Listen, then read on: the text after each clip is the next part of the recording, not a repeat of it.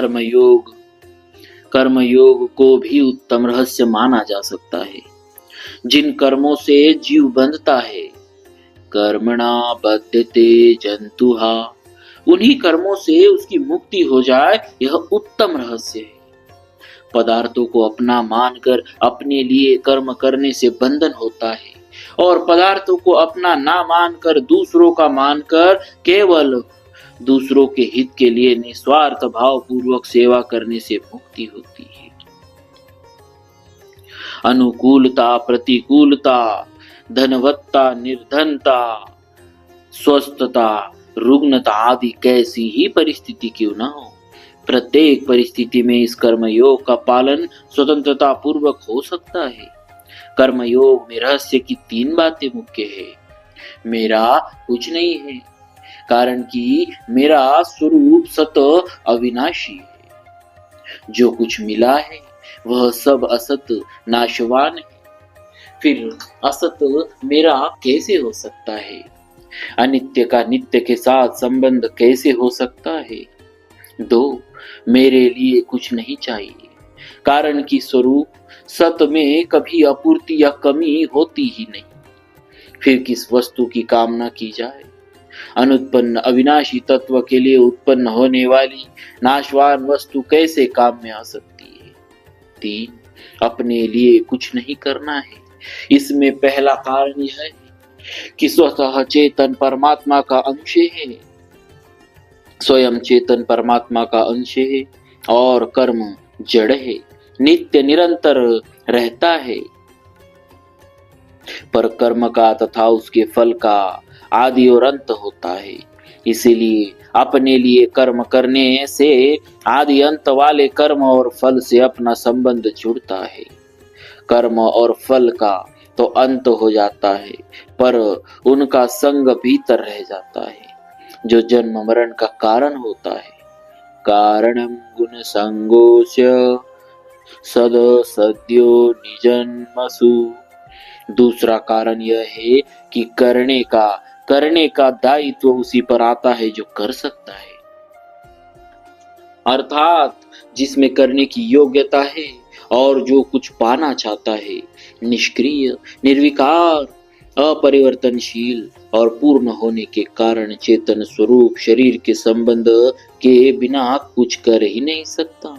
इसीलिए यह विधान मानना पड़ेगा कि स्वरूप को अपने लिए कुछ नहीं करना है। तीसरा कारण यह है कि स्वरूप सत है और पूर्ण है, अतः उसमें कभी कमी आती ही नहीं, आने की संभावना भी नहीं। न भावो विद्यते सतः, कमी न आने के कारण उसमें कुछ पाने की इच्छा भी नहीं होती। इससे स्वतः सिद्ध होता है कि स्वरूप पर करने का दायित्व नहीं है, अर्थात उसे अपने लिए कुछ नहीं करना है। कर्मयोग में कर्म तो संसार के लिए होते हैं और योग अपने लिए होता है, परंतु अपने लिए कर्म करने से योग का अनुभव नहीं होता। योग का अनुभव तभी होगा जब कर्मों का प्रवाह पूरा का पूरा संसार की ओर ही हो जाएगा। कारण कि शरीर, इंद्रिया, मन, बुद्धि, पदार्थ, धन, संपत्ति आदि जो कुछ भी हमारे पास है वह सब का सब संसार से अभिन्न है, संसार का ही है और उन्हें संसार की सेवा में ही लगाना है। अतः पदार्थ और क्रिया रूप संसार से संबंध विच्छेद करने के लिए ही दूसरों के लिए कर्म करना है, यही कर्मयोग है। कर्मयोग सिद्ध होने पर करने का राग, पाने की लालसा, जीने की इच्छा और मरने का भय, ये सब मिट जाते हैं। जैसे सूर्य के प्रकाश में लोग अनेक कर्म करते हैं, पर सूर्य का उन कर्मों से अपना कुछ भी संबंध नहीं होता, ऐसे ही स्वयं चेतन के प्रकाश में संपूर्ण कर्म होते हैं, पर स्वयं का उनसे कुछ भी संबंध नहीं होता, क्योंकि स्वयं चेतन तथा अपरिवर्तनशील है और कर्म जड़ तथा परिवर्तनशील है। परंतु जब स्वयं भूल से उन पदार्थों और कर्मों के साथ थोड़ा सा भी संबंध मान लेता है, अर्थात उन्हें अपने और अपने लिए मान लेता है, तो फिर वे कर्म अवश्य ही उसे बांध देते हैं। नियत कर्म का किसी भी अवस्था में त्याग न करना तथा नियत समय पर कार्य के लिए तत्पर रहना भी सूर्य की अपनी विलक्षणता है। कर्मयोगी भी सूर्य की तरह अपने नियत कर्मों को नियत समय पर करने के लिए सदा तत्पर रहता है। कर्मयोग का ठीक ठीक पालन किया जाए तो यदि कर्मयोगी में ज्ञान के संस्कार है तो उसी ज्ञान की प्राप्ति, और यदि भक्ति के संस्कार है तो उसे भक्ति की प्राप्ति स्वतः हो जाती है। कर्मयोग का पालन करने से अपना ही नहीं प्रत्युत संसार मात्र का भी परम हित होता है। दूसरे लोग देखे या न देखे, समझे या न समझे, माने या न माने, अपने कर्तव्य का ठीक ठीक पालन करने से दूसरे लोगों को कर्तव्य पालन की प्रेरणा स्वतः मिल जाती है और इस प्रकार सबकी सेवा भी हो जाती है। मार्मिक बात, गीता में भगवान ने उपदेश के आरंभ में दूसरे अध्याय के 11वें श्लोक से 30वें श्लोक तक मनुष्य मात्र के अनुभव विवेक का वर्णन किया है। यह मनुष्य मात्र का ही अनुभव नहीं है, प्रत्युत जीव मात्र का भी अनुभव है। कारण कि मैं हूँ ऐसे अपनी सत्ता होने पर का अनुभव स्थावर जंगम सभी प्राणियों को है। वृक्ष पर्वत आदि को भी इसका अनुभव है, पर वे इसे व्यक्त नहीं कर सकते। पशु पक्षियों में तो प्रत्यक्ष देखने में भी आता है। जैसे पशु पक्षी आपस में लड़ते हैं तो अपनी सत्ता को लेकर ही लड़ते हैं। यदि अपनी अलग सत्ता का अनुभव न हो तो वे लड़े ही क्यों? मनुष्य को तो इसका प्रत्यक्ष अनुभव है ही, परंतु वे न तो अपने अनुभव की ओर दृष्टि डालता है और न उसका आदर ही करता है। इस अनुभव को ही विवेक या निज ज्ञान कहते हैं। यह विवेक सब में स्वतः और भगवत प्रदत्त है।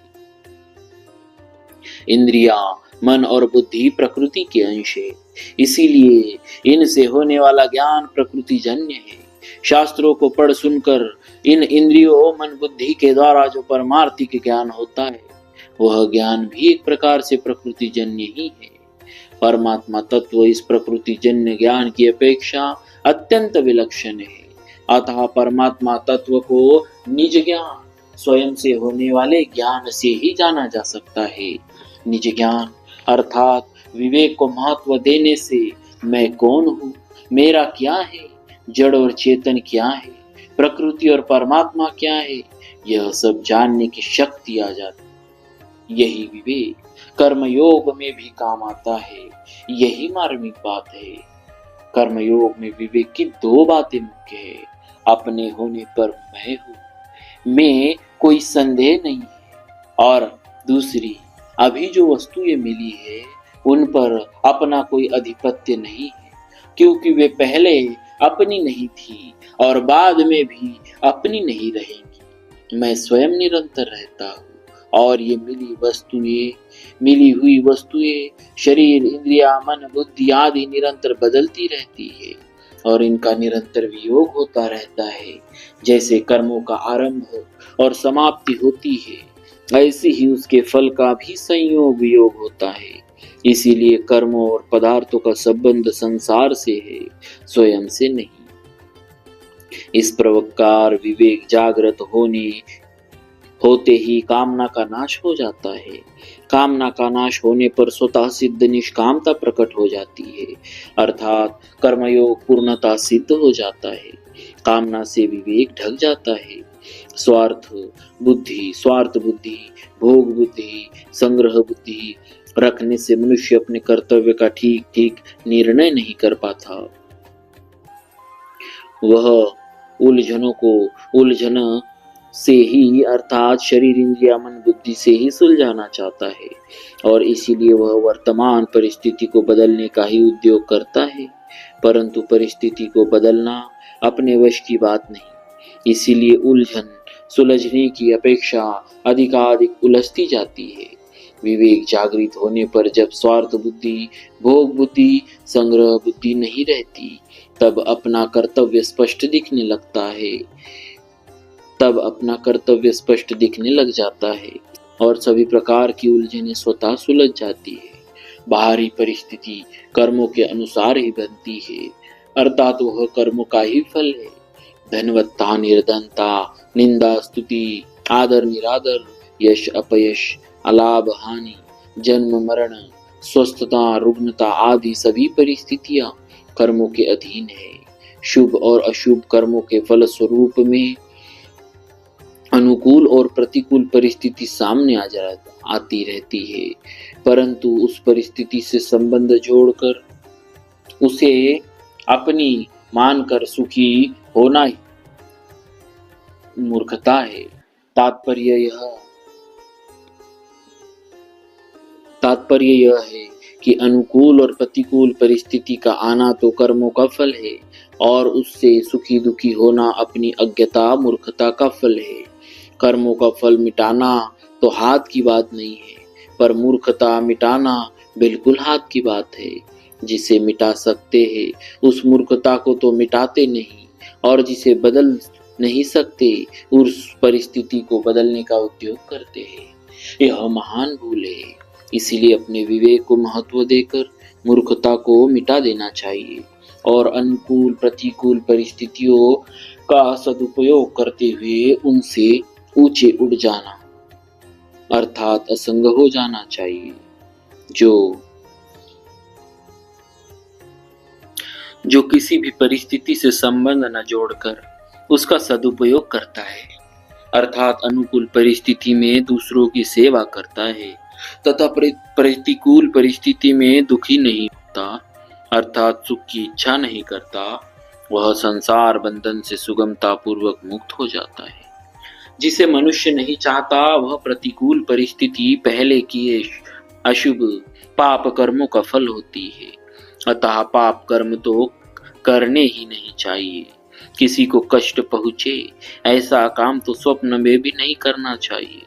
परंतु वर्तमान में नए पाप कर्म न करने पर भी पुराने पाप कर्मों के फलस्वरूप जब प्रतिकूल परिस्थिति आ जाती है, जब अंतःकरण में चिंता शोक भय आदि भी आ जाते हैं, इसका कारण यह है कि हमने चिंता शोक को अधिक परिचित बना लिया है।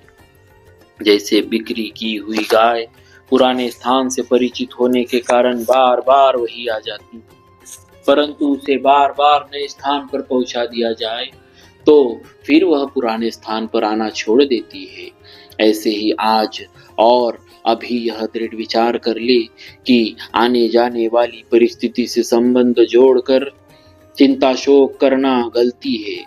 यह गलती अब हम नहीं करेंगे तो फिर ये चिंता शोक आना छोड़ देंगे। विवेक की पूर्ण जागृति न होने पर भी कर्मयोगी में एक निश्चयात्मिका बुद्धि रहती है जो अपना नहीं है, उससे संबंध विच्छेद करना है और सांसारिक सुखों को न भोग कर केवल सेवा करनी है। इस निश्चयात्मिका बुद्धि के कारण उसके अंतःकरण में सांसारिक सुखों का महत्व नहीं रहता, फिर भोगों में सुख है ऐसे भ्रम में उसे कोई डाल नहीं सकता। अतः इस एक निश्चय को अटल रखने से ही उसका कल्याण हो जाता है।